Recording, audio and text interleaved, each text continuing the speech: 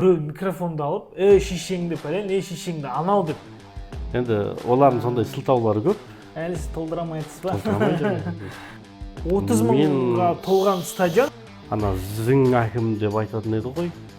Чымкентте суббота-воскресенье деген. Иә, енді Ол аз ол. билетке талас болып кетті ғой. Тем более менде жоқ. Аршавин, Тимощиктер. Ал анау сатып алған легионерлеріміз запаста отыр, оларды не істейтін? Жемқорлықпен күресу ғой. Біз сәл Европаға саяхатқа барсақ. Кеше Ямалдың ойыны деген енді сұмдық қой. Тревел жасағысы келсе, бұл өту керек. Рафиня, Педри, Ямал. Құрметті спорт сүйер қауым, неге офсайд подкастының продюсерлерінің шешімі бойынша біздің подкастта букмекерлік кеңселер, арақ, шарап, темекі, немесе де басқа да денсаулықпен сіздің қаражатыңызға зақым әкелетін жарнама ешқашан болмайды. Егерде сіздер біздің ауқасы спорт қозғалысын қолдағыларыңыз келсе, каналды донатпен қолдауларыңызды сұранамыз. Біздің деректер осы видеоның сипаттамасында жазылады. Так, бастайық. Ассалаумалейкум футбол көрермендері. Бүгін бізде тағы неге офсайд, бізде қонақта Мәке. Мәке, қош келдіңіз тағы бір рет. Қош көрдік. Қонақ емес, өзіміздікі болып кеттіңіз ғой. Тұрақты. Тұрақты спикер болып кеттік қой. Біз бүгін Ордабасы, 2 турдан кейін тағы бас қосып отырмыз дейсің ғой. Бас қосып отырмыз. Алдыңғы турда Ордабасы, молодец. Сіз тек сынға ұстайтын вратарь пенальти қайтарды. Соның кесірінен мен ұтты деп ойлаймын негізі. Оңтүстік дербиін айтасың ба? Тұранмен ойыны. Тұранмен ойын өзіміздегі намыста болды ғой, бірақ ойын жақсы болды, бірақ не жаңағы көрермен толмады. Мен соған кішкене қазір соңғы кездері өзім таңғалып жүрмін. Әлі сіз толтырамайсыз ба? Толтырамай жүрмін. Бұны анау үлкен мынау жаңағы Қазақстанның көлеміндегі жаңағы үлкен сарапшылардың өздері таңғалып отыр оған. 30 мың толып тұрған. Шымкенттің көрермендері қайда кеткенде болар іздеп отыр. Оңтүстік дербиінің басқасында өзім болдым. Ойын жаңағы мен негізі Тұраннан көп нәрсе күткен едім. Өйткені Тұран биыл жаңағы Өзбекстаннан жақсы легионерлер алып, Беларусиядан легионерлер алып, команданы күшейтіп алған анау былтырғы білесің кім Атыраудың бас бапкері. Бірақ кешегі ойында білмеймін, біздің Ордабасы кішкене басымырақ ойнады. Енді сол мен қазір сынға алып жүрген мынау біздің ортадағы ойыншыларымыз ғой. Кеше сол кімнің қолына тиді ғой деймін, кім еді? 23-тегі. Соның қолына тиіп пенальти болды ғой, пенальти болды. Соны мен енді Шайзада қайтарды, Шайзадаға респект. Анау сол пенальтиді сағала алмағанның кесірі меніңше Тұранға. Тағы сенімді түрде қайтарды. Бүйтіп случайно болып қалған жоқ та, сенімді түрде оны может қайтып тебеді ма деп ойлаған, бірақ бір аяғы сол сызықтың ішінде тұрды деді. Оны қайтып тепкізбеді. Вар бар ғой, Вар бар. Жаңа Қалматов айтқандай, Қалматовтың қолына тиіп пенальти болған. Бұл ойында да сол Қалматов жаңағы Ұлар Жақсыбаев, жаңағы Сұлтаниязов үшеуі ортада ойнады. Сол алдыңғы ойынның копиясы, ешқандай өзгеріс болған жоқ. Алдыңғы жаңағы Жетісуға қарсы ойынның. Енді маңыздысы бұл жерде 3 ұпай ғой. Оңтүстік дерби. Бүгінді тағы біз. Енді Ордабасы командасы жай-жай аяқтан тұрып келе жатқан сияқты. Жай-жай. Енді бүгінгі ойын болды. Бүгін сағат 4-те Атыраумен қонақта ойнадық. Атырауды білесің, стадионы өте нашар, күн ыстық о жақта. Міне, асты бетон оның. Анау живой емес, Жоқ, кәдімгі не ғой? Искусственный газон ғой. Жартылай анау. Жоқ, оның астының бәрі бетон, кәдімгі анау біздің барып ойнайтын полямыз тур сондай поля ғой, былайша айтқанда. Өте ыңғайсыз жаңағы не ғой, алаң ғой. Бірақ бүгін Ордабасы командасы ойынын толық бақыладым. Бір бас жоғары ойнады Ордабасы командасы. Біздің ардагеріміз Малый алғашқы голды бұрыштамадан әйтеуір сол жерде бір қарбалас болып кетті. Қарбаластың ішінде салды. Одан кейін Ордабасы командасында тағы мүмкіншілік болды. Ана Эвертон деген шабуылшымызда. Астанов гол салды. Және сол ойынның үздік ойыншысы болды Астанов. Енді мен ойлаймын, Астанов ұлттық құраманың негізгі тұрақты ойыншысының біріне айналу керек. Енді былайша айтқанда, енді келесі тур 11 мамыр күні өзіміздің стадионға оралады деген әңгіме болып отыр ғой. Иә, мен де бүгін естідім. Сол жерде біз Қайсарды қабылдаймыз. Қайсарда білесің, қазір легионер жоқ. Бәрі қазақстандық ойыншылар. Және сол Қайсарды жеңуге мүмкіншілігіміз бар да. Қайсарды жеңсек, біз 4 турда 12 ұпай аламыз. Ол деген сөз, сарапшылардың айтылған нәрсесі орындалды деген сөз. Футбол мамандары, футбол сарапшылары алғашқы 3 турдан кейін ордабасының 4 туры жеңіл болады. Сол кезде 12 ұпай алып, 12 ұпай алғаннан кейін оталады деген. Одан кейін жаңа бас бапкер Мартин Мырза да айтқан тұғын, бізге 5 тур, 7 тур, немесе 10 турға дейін керек. Команда бірін-біріне бейімделу керек. 10 тур деген 10 турдан кейін бітеді ғой бізде. Лига бітіп қалады ғой. Сондай нәрсе ғой. Бүгін анау біздің командамыздың президенті Асқат Сейсенбек өзінің Instagram парақшасына жазыпты, әлеуметтік желіде 6 жылдан бері жеңбей жүрген, үйткен бүйткен, бүгін жеңдік деп бір. Енді олардың сондай сылтаулары көп. Өткенде де осындай сылтау айтқан, үйттік, бүйттік деген сияқты нәрселер ғой. Енді бастысы 3 ұпай. 3 ұпай қоржында. Бүгін өкініштісі Эвертон гол сала алмай қалды. Бүгін Эвертон гол салу керек еді, сонда қатарынан 4 ойын гол салған болып саналар еді. Бүгін көрдіңіз бе өзі матчта? Матчты көрдім. Лайв көрдіңіз, иә. Қалай негізі Шайзада лайықты ма? Негізгі құрамға? Енді Шайзада негізгі құрамды кімнен алып қойды ғой? Жаңағы анау Молдован қақпашысынан оның атында жаттамаппын. Шайзада биылға бірінші нөмір болып қала береді деп ойлаймын мен. Ұлттық құрамаға шақырыла ма ол? Қалай ойлайсыз? Енді осы ойындармен шақырылу керек. Иә. Енді ұлттық құрамаға прям шақырылмаса да кеңейтілген тізімнің құрамында болу керек деп ойлаймын. Өйткені анау кешегі пенальти тосты, оның алдында жаңағы кіммен ойған, Жетісумен болған ойында білесің, сейфтер жасағаны бар. Бүгінгі ойыны бар. Енді бүгін жаңа бұрыштамадан гол жіберіп алды, енді оны өте мығым соққы болды, енді баспан ұрғанда, аяқпан тепкендей. Енді 89 минутта жіберіп алдық. 0-2 қылып қайту керек еді, гол жібермей. Болмады. Енді оларға да бір. Иә, енді оларға да қиын. Қазір аутсайдерлардың қатарында келіп жатыр Атырау командасы. О жақта да білесің, стадион саламыз деп қала басшылықтары жарияға жар салып жатыр. Қашан бітеді? Енді қашан бітеді, қашан басталады деген мәселе ол біткеннен бұрын. Неге оралайықшы, жанкүйерлерге. Не деп ойлайсыз? Неге қазір келмей жатыр? 30 мыңға толған стадион қазір қанша дедіңіз мына стадионға? Нам стадионы енді бұрында 3,5 мың адам сиятын тұғын, енді қазір шеттен тағы трибуна қосылған. 7 мың 5 мың 6 мың адам сиятын шығар. 5-6 мың адам толдыра алмай жатырмыз ба? Мен ойлаймын, негізгі себебі обедте уақыт 3-те 4-те меніңше көп адам ол жұмыста. Бізде мысалы Шымкентте суббота воскресенье деген ол аз, ол бізде бәрі өзі үшін жұмыс істейді. Сол үшін ол суббота воскресенье болса да түнде бұл алдыңғылар есіңізде ғой, сағат 8-де 9-да болады. Сол түнде барып жұмыстан кейін демалып қайтады адамдар. Сондай болу керек негізі. Негізгі 19:00-ге қойып ғой, кешкі 7-ге қоятын тұғын.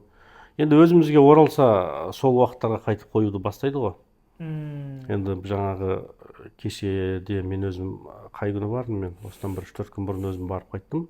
Құрылыс жұмыстары жүріп, мен барған кезде анау жүгіретін дорожканы фреза жасап отқан, асфальтын алып отқан, ескі асфальтты. Ол жерге жаңа асфальт төсе ме? Бүгін видеолар тарап жатыр, уже жаңа асфальт салып жатыр. Жаңа асфальт салған екен, бетіне жаңағы не еді, анау крошка тартан дейді ғой, соны төсеп шығады. Сонымен дайын болып қалу керек. Одан кейін ненің бәрін ақ көкке бояп жатыр екен. Оны көрдім видеоларында. Орындықтардың бәрін ақ көкке бояп жатыр. Енді қарқынды жұмыс жүріп жатыр. Кеше Ордабасының өзінің жаңағы әлеуметтік желісінде салды ғой. Ішінде же тренажерлар орнатыпты, өйтіпті, бүйтіпті. Одан кейін жаңағы жеңіл атлетикадан не дейді? Азия чемпионаты болады дейді ма? Соған да стадионда дайындап жатқан сияқты. Бір жастар арасындағы сондай біріншілік болатын құсайды. Ал енді биыл Ордабасы командасы өзінің алаңын сапалы, жаңағы мынау көруге лайықты қылып жасап жатыр. Былтырғы чемпион болғаннан кейінгі жылы істелу керек еді сол, иә. Енді қазір бір жыл ортада боздық болып қалды, адамдар кетіп қалды бәрі. Енді оны қайтадан бастау керек та, жинауды. Енді өзің қалай ойлайсың, бұл не жетіспей жатыр бізге? Бір маркетологтары нашар ма Ордабасының? Конечно. Неге команда жанкүйер жинай алмай жатыр? Мысалы қараң, бір-екі блогерді шақырады любой жерге, мысалы открыто болсын, не болсын, қазір сондай болып қалды уже. Бір-екі блогер, жұлдыздар, жұлдыздар шақырады да, міне осындай. Мысалы ертең ашылған кезде, Ордабасы ашылған кезде, көп адам қазір TikTok деген ол номер 1. Бәрі сол TikTokқа сала беріп, сондай болды ол чемпион болған жылы, сол 30 мың, 35 мың адамды сөйтіп жинады. Мен өзім болған жоқпын, мен Европада едім ол кезде. Маған сол кезде постоянно TikToktан, Instagramнан шығады, бәрі барып отыр. Әсіресе қыздар барады. Қыздар бару деген бізде жоқ еді ғой негізі. Қазір жас қыздардың өзі футболға қызығып, стадионға баратын еді. Қазір сол интернет, TikTok, Instagram сода жинап алуға болады негізі. Қиын емес ол. Просто қойып беру керек. Ақшасын берсе, оны жүргізіп, любой адам келіңіздер, мені осындай болатыр там.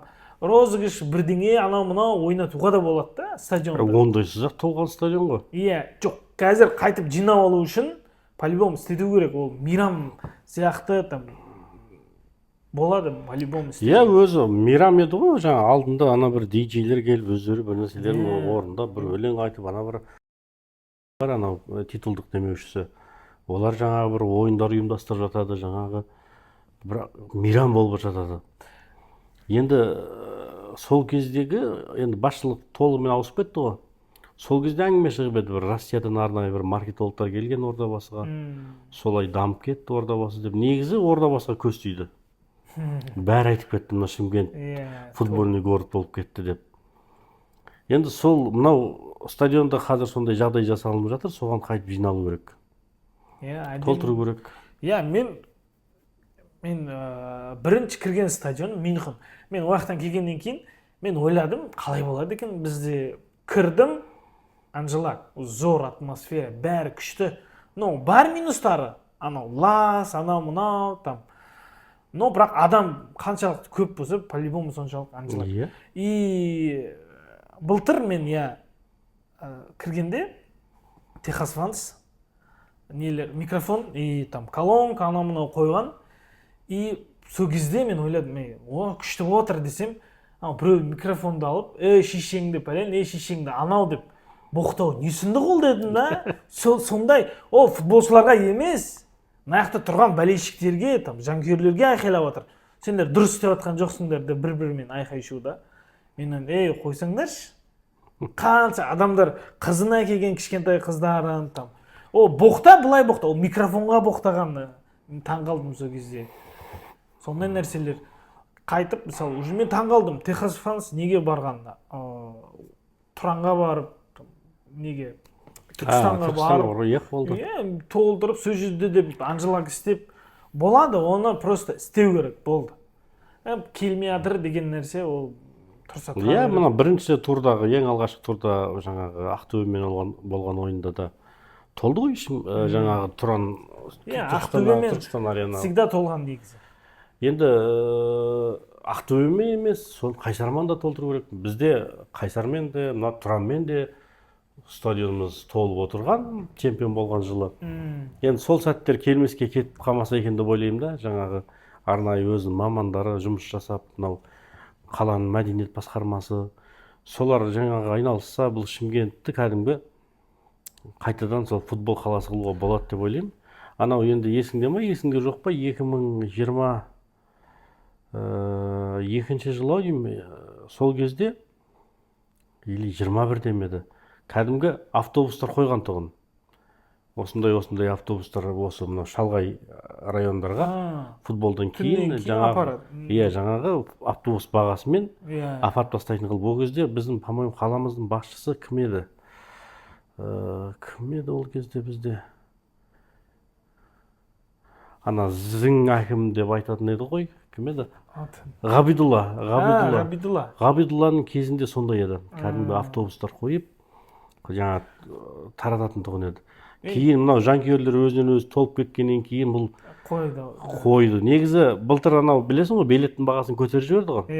Алдыңғы жыл 500 теңге тұғын. Мен сөйтіп былтыр мен әкімшілікке өтініш хат жаздым. Кейін мен хатыма олар осындай біз Шымкент қаласының стадионына ақша бөлмейміз, өзін-өзі асырайды деп жауап берген.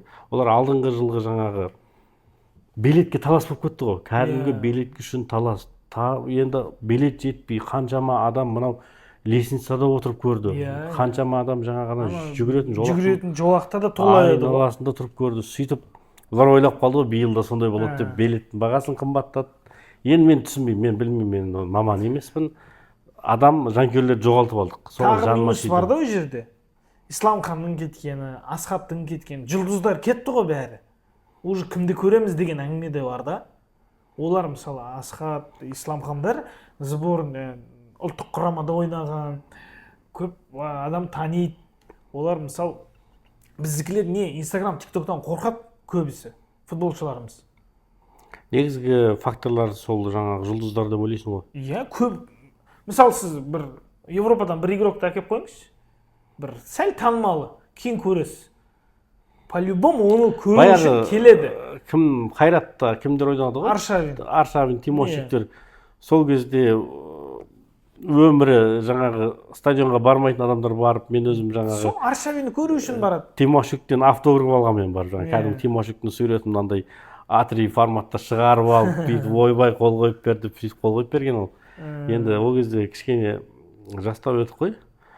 Енді Ордабасы командасына жанымыз ашиды ғой, енді команда қалған командасы болғаннан кейін бүгінгі жеңісімен құттықтаймын барша мынау Шымкент халқын, Ордабасы жанкүйерлерін.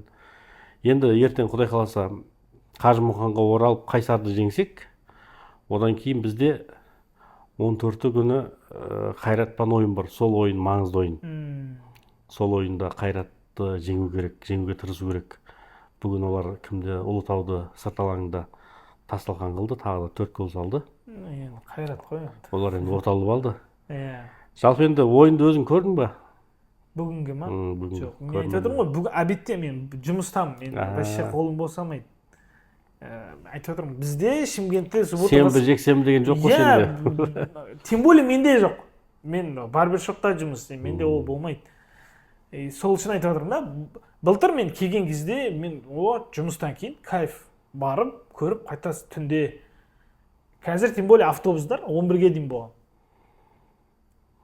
Осыдан бір 2 күн алдым бір жұмыстармен магазинге, дүкенге кіріп қалсам, сол жерде сатушы жігіт айтады, мәкесіз танып тұрмын, сіз өмірі Шайзаданы критиковать етесіз дейді да. Айтамын да, сын түзелмей, мін түзелмей, көріп отырсыңдар ма, биыл да жақсы ойнап жатыр деймін да. Енді ол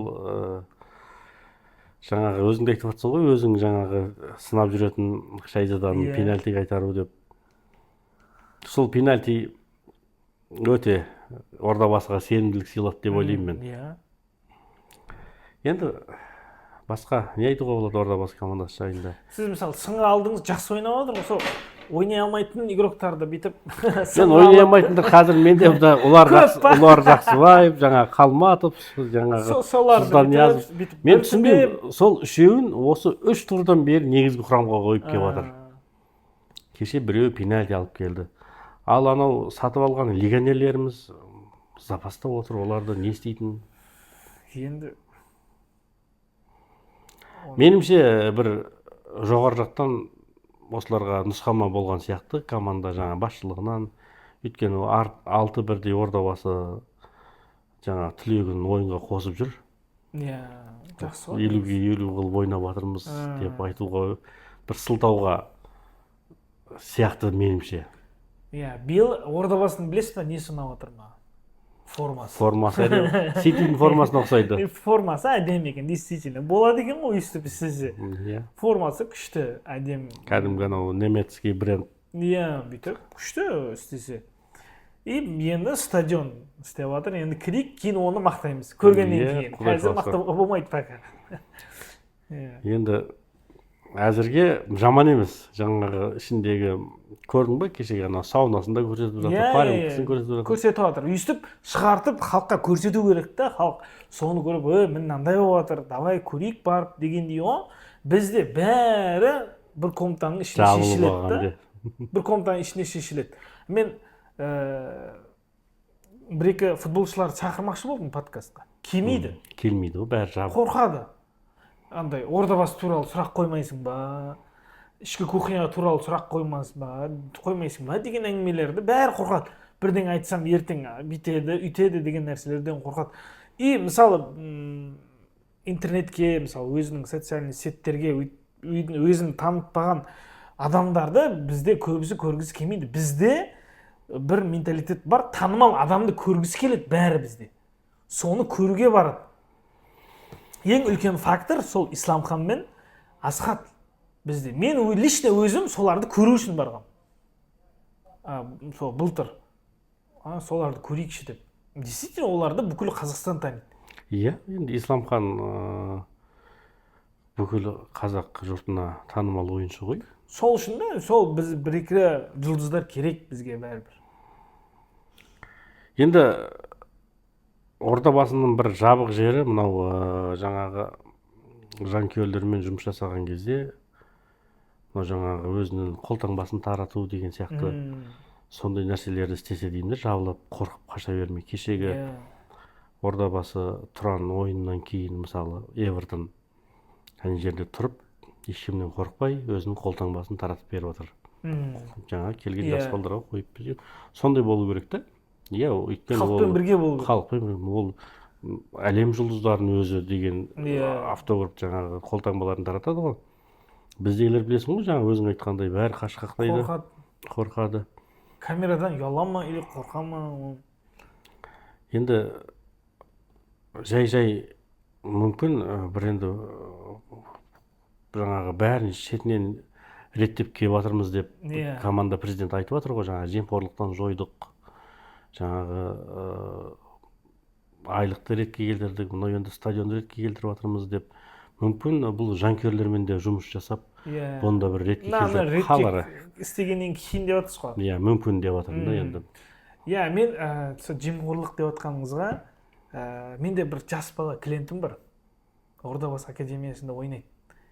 Шашын аламын ғой. И футбол жайлы енді сұраймын мен одан. Кейін сұрадым. Сен қалай түстің академияға? Ордабасының академиясына. Ақша ма, бірдеңе болды ма деймін ғой. Әңгімеге тартып. Ол маған айтады, жоқ деді. Мен просто дворда ойнап жүрген бала едім. И сондай не болып жатқан екен? Ордабасы сбор. И бардым, 500 баланың ішінде екеуміз таңдап алдық. 500 баладан деймін. 500 баланың ішінде екеумізді таңдап алдық. Қазір мен ойнап жатырмын сол жерде. Кәдімгі таза, ешқандай мен көкөжекесіз. Мен айттым да, сен ешқандай танысың, ештеңең жоқ па? Жоқ, мен ешкім танымаймын дейді. Просто мен барып өзімді көрсеттім ойынымда. Мені алды дейді да. Мен айттым, болады екен ғой дедім да. Болады екен ғой. Айтпесем бұрындары не естпейтін ек біреулерден. Жоқ, енді қазіргі мынау қаламыздың, шаһарымыздың басшысы Ғабит Әбдімәжітұлының жаңағы позициясы бірінші қойған мына қалаға келген кездегі жемқорлықпен күресу ғой. Ондай барына мен де сенем негізі. Ордабасы командасын, академиясын реттеп жатыр. Олар да жолға қойылған шығар. Қазір академияны кім Қожабаев басқарып отыр деймін, Бақдәулет. Енді өткенде Арман Пірманов жаңағы не дейміз ол кісіні, блогер дейміз ба? Иә. Амбассадор ғой Ордабасының. Енді биыл жұмыстан кетіп қалды ғой.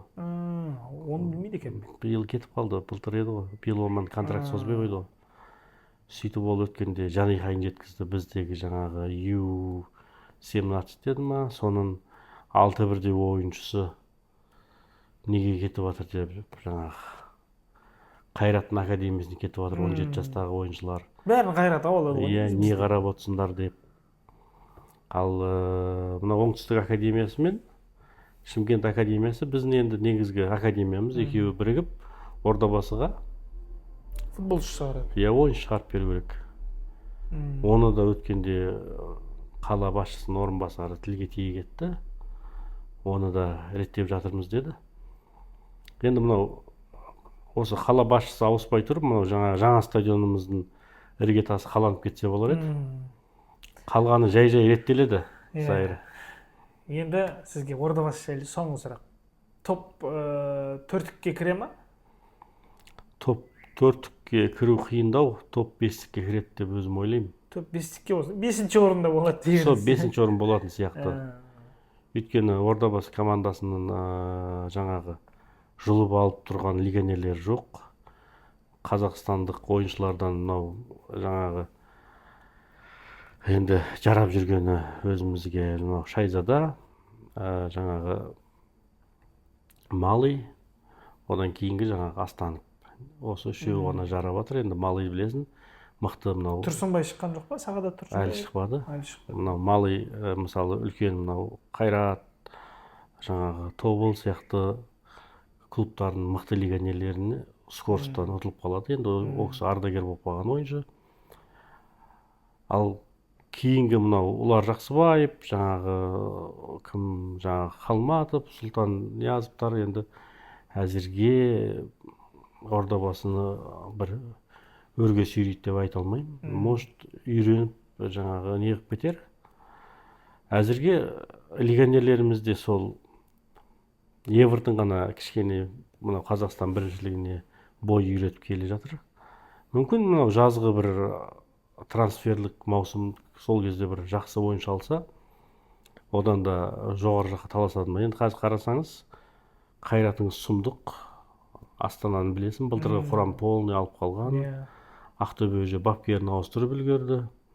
Ақтөбеден Жайрожан деген ойыншы бар. Былайда алдайтын. Бізде сондай ойыншылар жетіспей жатыр ғой. Одан кейін Тобыл, сол Тобыл жақсы болып тұр. Енді одан кейін жаңағы қалғандарын Ордабасы өзі бестікте қорытындылайды деп ойлап тұрмын да мен. Иә, сонымен жабайық Ордабасын. Енді сәл Еуропаға саяхатқа барсақ. Бірінші полуфиналды көрдіңіз. Қайсысын? Екеуінде көрдіңіз ба? Чемпиондар лигасын ба? Иә, көрдік қой, енді футбол жанкүйері болғаннан кейін. Жаңа түн ұйқымызды төрт бөліп. Қысқа пікіріңіз. Мен пікіріммен алдында айтқам, мен Арсеналдан оншалықты бір нәрсе сюрприз күтпеймін. Биыл кім сұмдық деп. ПСЖ алдыңғы подкастарда әңгіме қылдық қой, иә. ПСЖ жеңді, бір голын таң атпай салып алды. Сөйтіп счетқа ойнады, ұстады, өтті. Енді ПСЖ өтеді деп отыр. Иә, өтеді. Енді Интер Барселона.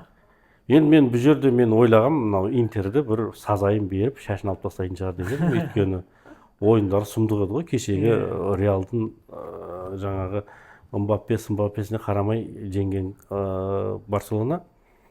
Кеше бір шалыс бастағаны, бір бұрыштамалардан гол жіберу деген, енді стандарттан гол жіберу енді шаршат деп ойлаймын. Өйткені әр 3 күн сайын ойнап жатыр ғой, әр 3 күн сайын ойнап жатыр. Бірақ маған кеше Ямалдың ойыны деген енді сұмдық қой, Егер Ямал білмеймін, ол точно оны тексеру керек, ол точно 17-де ма деген нәрсе бар менде. Қара, 17 жасар ойыншы 100-ші ойын өткізіп тастаған. Әлі 18-ге, әлі балаға жасына толмаған бала ғой әлі. Бізде 11-ші класс. 17 жасар балдар біз жаңағы қайрат ап қойып жатыр деп жылап жүрміз бұл жақта. Енді Барселона командасының мен өтеді деп өзім ойлаймын, сенем. Өйткені жаңағы бізде сөз бар ғой, батырға 10 қайсы, 10 қайсы деген. Оларға жаңағы Испанияда ойнадың не, Италияда ойнадың не, бәрі соны айтады. Өтетін шығар деп ойлаймын. Сан-Сирода андай аура бөлек болады, там Италияға барып ойын. Мен айтып отырмын да, команда чемпион болғысы келе ма? Іштен нәрсеге қарамайды ол. Болды, ұту керек.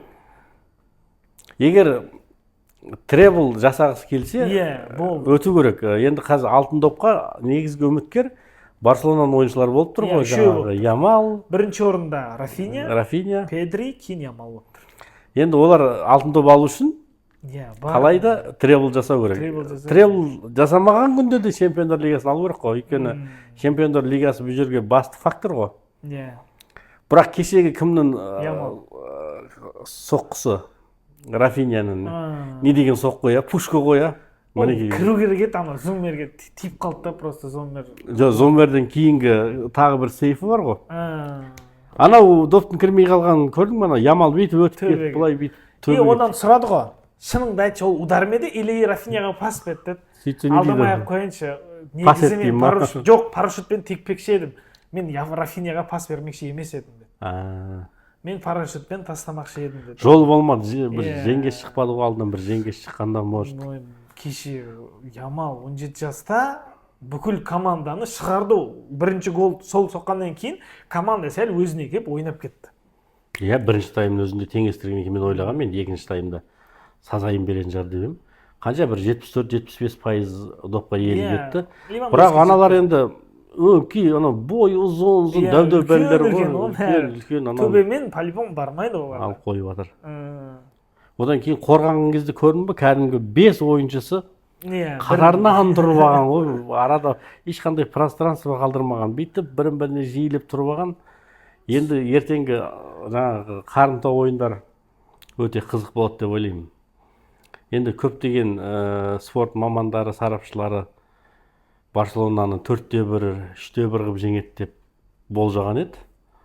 Көрдіңіздер? Мен 3-1 болады деп айтқан едім негізі, ойыннан алдым. Кешегі матч. Өздері тур жаңағы Арсенал сияқты болды ғой, ойын басталмай жатып гол жіберіп алды да. Сол нені бұзып қойды, негізі жазылған нәрсені олар болды, зыт тастады. Жоқ, басынан бастаймыз деп.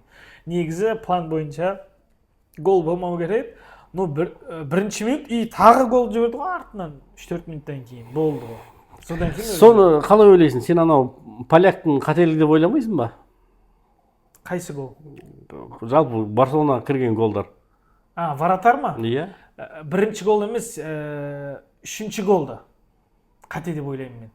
Потому что ол бүйтіп шықты да, бір тоқтап қалды. Иә, я шығу керек, я шықпау керек. Иә, анау кейін баспен ұрды, артқа үлгермей қалды ол кейін. Сол үшінші голында действительно сол қателік бар еді. Енді бірінші голда ол білмеймін, ояқта Буфонды тұрса ол қайтара алмайтын еді, потому что пяткамен теп ол күткен жоқ ол нәрсені. Күткен жоқ, иә. Иә. Екіншісінде білмеймін енді, 50-50 ол вратардың алдынан 1 метр алдан шығу керек еді деп ойлаймын негізі. Енді мен сенің әлеуметтік желілеріңді қарап отырам. Сен салдың TikTokқа осы жерде жаңағы қандай эмоциямен жаңағы қолдау жасағанды. Енді айтшы, өзі не болып отыр өзі? Терштеген негізі тұруға дайын дейді, оны не үшін шығармай жүр? Енді ойлаң, 8 ай футбол ойнаған жоқ. 8 ай футбол жоқ игрокты қалай қазір важный матчқа. Бүгін кіммен Ла Лигада ойын бар, Барсада. Бүгін ойнай ма? Иә, сол кезде тастау мүмкін. Енді Лига чемпионовқа енді кешір. Ол Тер Стегенді білмеймін, түсіру қаншалықты дұрыс емес. Потому что 8 ай ойнамады, травмадан шықты. Енді қаншама жыл солармен бірге ойнап келіп отыр ғой, неге ойнап кетпеске? Енді мен просто маған шыны керек, мынау Барселонаның қақпашысы кім еді аты? Шесни ұнамайды да, өзі анау бір кейбір қылықтар шайзаға келіп кете ма? Анау кіммен ойнаған кезде де, спортингпен ойнаған кезде де көрдім, бір алға шығып кетті, үйтті. Енді мен кешегі ойында бірінші голман, үшінші голда соны кінәлаймын да. Енді бірінші гол енді бір жай кетіп баратқан доп қой, соны. Енді ол пяткамен теуіп отыр ғой, оны қалай ол түсінбей қалды ғой өзі. Соққы мығым емес қой, жай кетіп барады, соны неге ортада тұрып қақпашы деген ортада тұру керек қой, ближний угол жауып жатыр ол. Жоқ, енді доп мынаяқтан келгеннен кейін ближний уголды жабады ғой, по-любому. Қараңыз, сіз Тер Стегенді деп жатсыз. Қазір Шерстнида подарка емес та, ол да жақсы тұрып жатыр. Иә, арасында бүйтіп қуып тұрады ол сәл. Жоқ, енді қуаты бар ғой деймін да. Иә. Енді важный ойын ғой, енді Интерде мысалы үшін оңай жаңағы қарсылас емес қой. 1 ай бойы дайындалған екен. Мен негізі Интер алдында Миланнан ұтылып қалды кубокте. Одан Ромадан өзінің үйінде ұтылып қалды да. Мен енді ойлағам бір көңіл күйлері жоқ. Матчта вообще гол соққан жоқ қой. Көңіл күйлері жоқ, ертең ұтылатын шығар деп едім. сюрприз жасап кетті ғой. Мен де Барселонаның жанкүйері емеспін, бірақ жаңағы баяғыда Мессиге жанкүйер болғам, сол сияқты қазір Ямалға жанкүйер болып келіп жатырмын да. Бүкіл дүние жүзі Ямалға жанкүйер ғой. Футболды жақсы көретін адам оны мойындау керек. 17 жастағы ойыншы. Оның ол кімнің жанкүйері болса да, оның ойынынан тамсану керек по-любому. Ямалсыз не істей алар еді деген әңгімелер жазылып, ғаламторда жүгіріп кетті ғой. Бірақ енді Барселона командалық команда ғой, командалық ойын көрсетіп отыр ғой. Баяғыдай бір Месси емес. Кім жаңағы Флик мырза өзі бір осындай бір выход тауып, меніңше шығады деп ойлаймын. Флик енді, білмеймін, неміс машинасы ғой по-любому. Енді финалда ПСЖ мен Барселона деп жатсыз. Иә, екеуі барып жаңағы өзің барған жаңағы Альянс аренада кубокты кім алып қайтатын шығар деп тұрмын ғой, Ямалдар. Барселона биыл чемпион болады деп ойлап жатсыз. Енді мен өзім ойым солай. Иә. Мен де мысалы Барселонаның жанкүйері болып тұрып, мен қаншасы 10 жылдан асты уже.